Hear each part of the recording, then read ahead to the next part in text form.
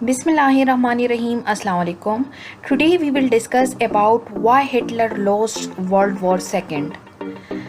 हमने देखा last lecture में कि हिटलर ने तमाम जो उनके नाइबरिंग कंट्रीज थे उनको तो इन्वेट कर लिया था। वो एक पावरफुल कंट्री बन चुका था। अब पूरे यूरोप में सिर्फ और सिर्फ 3 पावरफुल कंट्रीज रह चुकी थी। एक हिटलर का अपना जर्मनी, दूसरा यूनाइटेड किंगडम और तीसरा स्वेट यूनियन। स्वेट यूनियन को तो बीच से हटा देते हैं क्योंकि इन दोनों की तो पीस ट्रीटी साइन हुई थी। अब सिर्फ और सिर्फ रह गई थी United kingdom.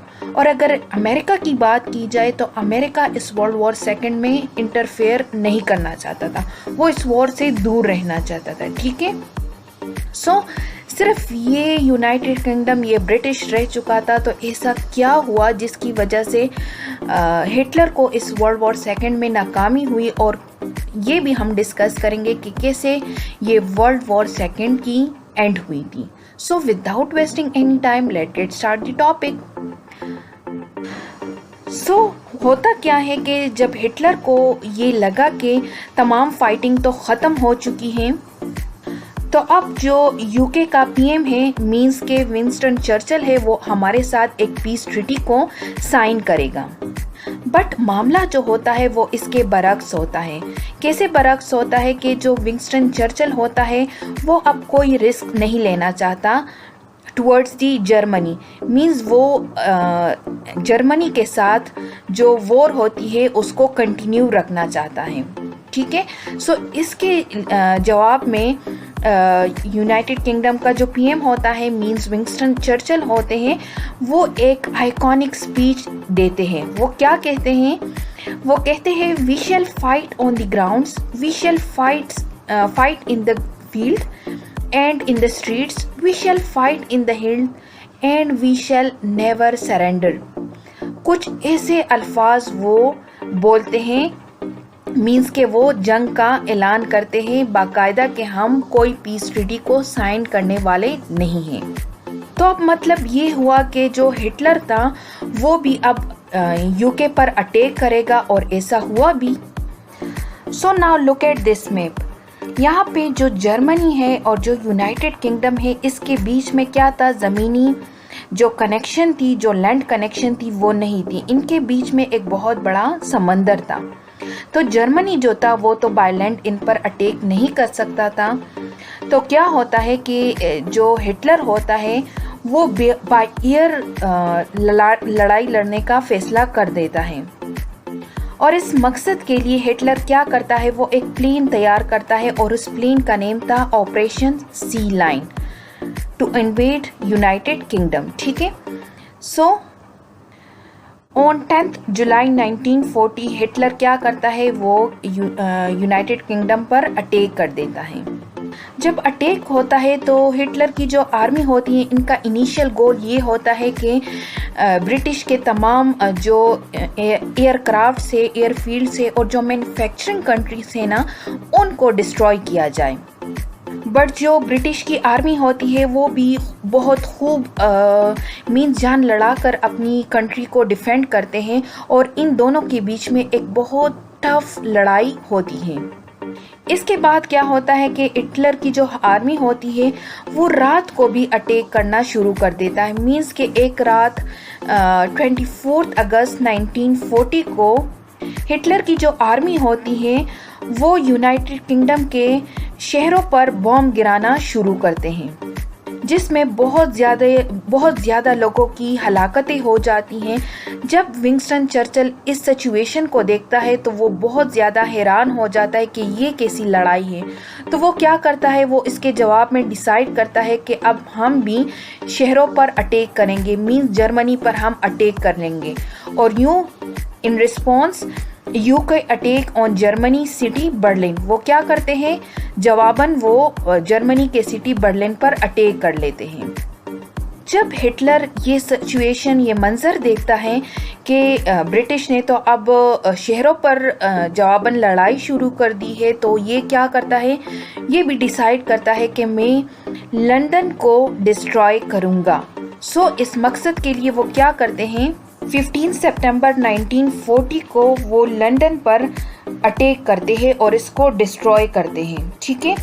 But destroy means कि वो खूब कोशिश करते हैं कि लंदन को डिस्ट्रॉय किया जाए, बट जो ब्रिटिश आर्मी होती है वो सक्सेसफुली जर्मन की जो आर्मी होती है उनको स्टॉप करते हैं। मीन्स जो हवाई लड़ाई होती है एयरक्राफ्ट्स को वो सक्सेसफुली स्टॉप कर देते हैं। मीन्स डेट के जो ब्रिटिश के एयरफोर्स होती है वो इस लड़ाई में जर्मनी को हरा देते हैं। And this day is known as the battle of the British day, ठीक है। अब आप सोच रहे होंगे कि जर्मनी जो इतना पावरफुल था, कैसे जो मीन्स के इनकी आर्मी भी अच्छी खासी थी, वेल ट्रेंड, वेल इक्विप्ड थी, तो क्यों ये यूनाइटेड किंगडम के हाथों उन्होंने शिकस्त खाई। तो इसकी जो मेन वजह थी वो इन यूनाइटेड किंगडम के सोल्जर्स की मोटिवेशन थी। ग्रेट मोटिवेशंस की वजह से क्या होता है कि जो यूके की आर्मी होती है या ब्रिटिश की आर्मी होती है वो हिटलर को हरा देते।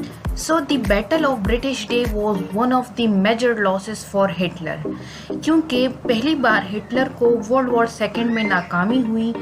तो इस नाकामी के बाद क्या होता है कि हिटलर अपनी अटेंशन जो करता है वो सोवियत यूनियन की तरफ करता है, ठीक है।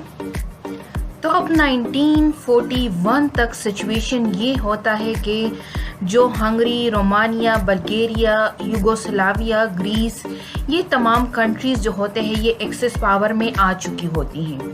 और हिटलर जो होता है वो ये सोच रहा होता है कि अगर सोवियत यूनियन का एक बहुत बड़ा पार्ट जो है, मींस ये एक बहुत बड़ी कंट्री थी, अगर ये हमारे हाथों आ जाए, हम इसको इन्वेड कर लें, तो ब्रिटिश खुद ही हमारे साथ एक पीस ट्रीटी को फिर साइन करना चाहेगा। बट यहाँ पे क्वेश्चन ये रेज होता है कि why invade Soviet Union, Soviet Union को हिटलर क्यों इन्वाइट करेगा, हालांकि इनके साथ तो एक पीस ट्रीटी वो साइन कर चुका है, तो फिर यहाँ पर इन्वेजन वो क्यों करेगा।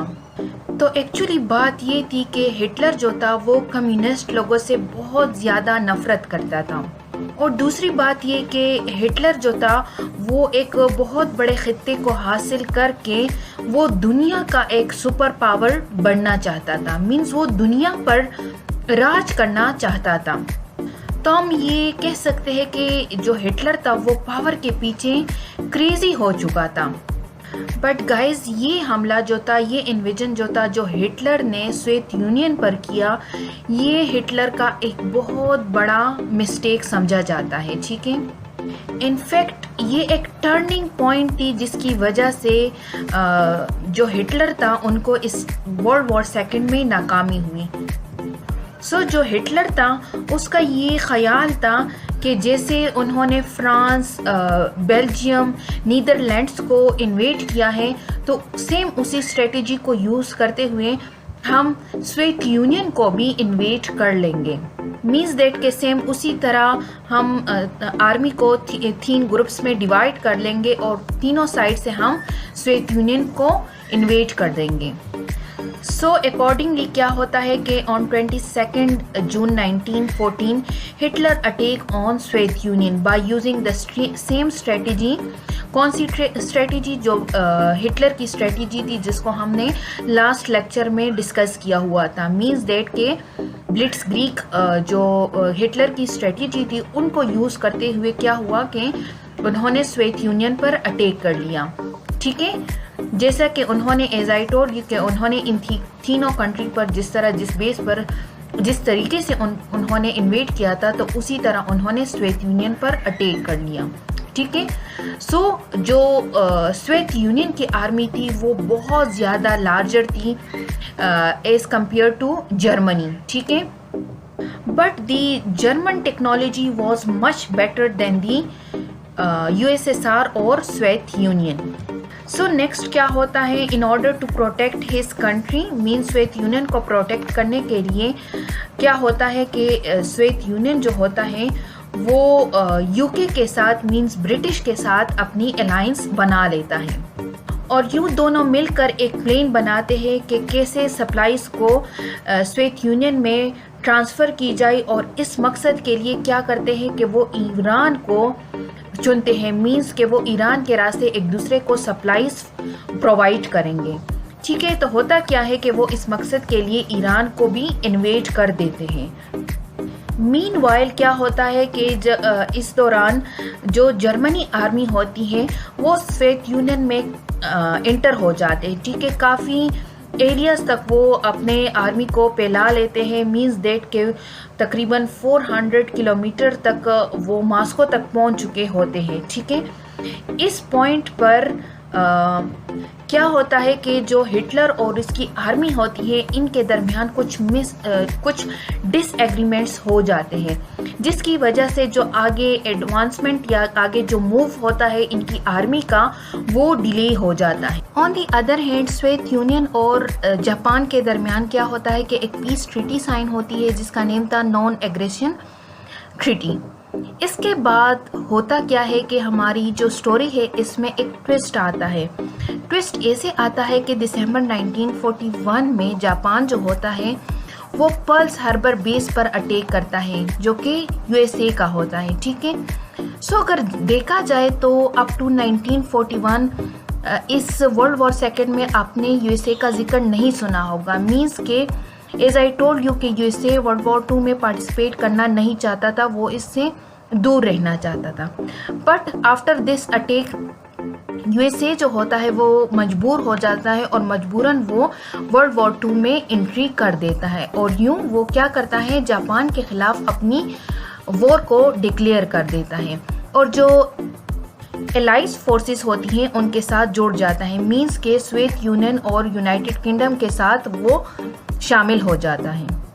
नेक्स्ट क्या होता है कि मिड 1942 में हिटलर जो होता है वो सोवियत यूनियन के साउथर्न पार्ट पर फोकस करना शुरू करता है। मींस दैट के जो ईरान के थ्रू उनको जो सप्लाई हो रहा था वो उसको बंद करना चाहता था, और यूं यहाँ स्टालिनग्रेड में एक खूनख्वार जंग होता है जिसमें लाखों की तादाद में लोग मारे जाते हैं, और इस वजह से इस बैटल को वर्ल्ड वॉर 2 का सबसे डेडलीस्ट बैटल समझा जाता है जो कि कहलाता है द बैटल ऑफ स्टालिनग्रेड। ठीक है, बट आफ्टर ऑल इस खूनख्वार जंग के बावजूद जो सोवियत यूनियन होता है वो इस जंग में सक्सेसफुल रहता है, कामयाब हो जाता है, और तकरीबन कह ले के 3 लेक्स के करीब जो जर्मन आर्मी स्टालिनग्रेड में मौजूद होती हैं, ठीक है, इस वॉर के दौरान, तो उसको अरेस्ट किया जाता है और बाद में जो जर्मन आर्मी होती है वो सरेंडर कर देती है। So this battle was the dangerous point for the Hitler, या कह ले कि ये एक बिगेस्ट टर्निंग पॉइंट था हिटलर के लिए, क्योंकि इस बैटल के बाद जो सिचुएशन था वो बहुत ज़्यादा डेंजरस हो गया था हिटलर के लिए। So in order to control the situation Hitler क्या करता है कि जो आर्मी उसने सोवियत यूनियन के ईस्टर्न पार्ट पर भेजी थी तो उसको हटाने की कोशिश की जाती है, और जो सारा फोकस होता है वो वेस्टर्न साइड पर किया जाता है। Here you can see in the map कि यहाँ से फौज को हटा दिया जाता है। जो हिटलर होता है वो यहाँ से फौज को पीछे कर देता है, जबकि इस साइड से जो काउंटर अटैक करने के लिए जो एलाइज फोर्सेस आगे आ रहे होते तो उनकी तरफ वो फोकस करना शुरू कर देता है। सो जैसे ही जर्मन आर्मी पीछे होती है तो 2 महीनों के अंदर अंदर 600 किलोमीटर का जो एरिया होता है तो सोवियत यूनियन उसको वापस ले लेता है अपनी कंट्रोल में। मीन्स डेट के जो पोलैंड का एरिया होता है, चेकोस्लोवाकिया का होता है, रोमानिया का होता है, यूगोस्लाविया होता है और हंगरी, इन तमाम एरियाज़ को सोवियत यूनियन जो होता है वो वापस अपनी कंट्रोल में ले लेता है जब जर्मन आर्मी पीछे हो जाती है। ठीक है, यूँ अगर देखा जाए तो 1 बाय 1 तमाम एरियाज़ हिटलर से वापस जा रहे होते हैं हाथों से। ठीक है, जबकि दूसरी तरफ जो यूनाइटेड किंगडम होते हैं वो यहाँ से इस साइड से फ्रांस पर साउथ पर से अटैक करते हैं और जो जर्मन आर्मी यहाँ पर होती है इनको बाहर निकाल दिया जाता है। इसके बाद हिटलर जो होता है वो अपनी आखिरी जो बैटल होती है उसके लिए प्लेन तैयार करता है, जिसका नेम था द बैटल ऑफ बल्ज। ठीक है, इस बैटल में हिटलर क्या चाहता था, इसमें हिटलर जो था वो फ्रांस के आर्डिनेंस फॉरेस्ट के ज़रिए जो फोर्सेस थी उनको पीछे धकेलना चाहता था। बट दूसरी तरफ जो एलाइड फोर्सेस होती है वो जर्मन शहरों पर क्या करते हैं, बॉम्ब्स गिराना शुरू करते हैं, जिसमें लाखों की तादाद में लोग मारे जाते हैं। बहुत सारे ज्यूस को निशाना बनाया जाता है, बहुत सारे ज्यूस मार दिए जाते हैं बेदर्दी से। फाइनली मई 1945 में जो जर्मनी की सिटी होती है बर्लिन, उसको सराउंड किया जाता है बाय दी स्वेत आर्मी। और ठीक इससे 2 दिन पहले क्या होता है, 30 अप्रैल 1945 को हिटलर जो होता है वो सुसाइड कर लेता है, जबकि 8 मई 1945 को जो जर्मनी होता है वो फॉर्मली सरेंडर कर देता है। अब यहाँ पे वर्ल्ड वॉर 2 की एंड नहीं होती। ठीक है, क्योंकि जापान जो होता है वो फिर भी 2 मंथ्स ले लेता है सरेंडर करने में, क्योंकि जापान को जुलाई 1945 में फाइनल अल्टीमेटम इन्होंने दिया होता है कि वो सरेंडर कर ले, बट वो उसको इग्नोर करता है। ठीक है, सो आफ्टर डेट क्या होता है कि जो यूएसए होता है वो जो जापान की सिटीज़ होती हैं हिरोशिमा और नागासाकी, उन पर एटॉमिक बॉम्ब्स गिराते हैं। ठीक है, जिसकी वजह से बहुत ज़्यादा कैजुअलिटीज़, बहुत ज़्यादा लोग उसमें मारे जाते हैं। तकरीबन 2,26,000 पीपल जो होते हैं इसमें मार दिए जाते हैं इस एटॉमिक अटैक में। ठीक है, so this was the ever worst attack of the USA. ठीक है, and this attack contributes to the end of the world war second. यहाँ पर जो वर्ल्ड वॉर सेकेंड थी वो ख़त्म हो जाती है। So this was all about the world war second कि कैसे ये ख़त्म हुई। Hope you guys will understand this, but if you have any question do right your question in the comment section below, and if you like my video, do subscribe my channel and hit the bell icon. Thank you for watching my video.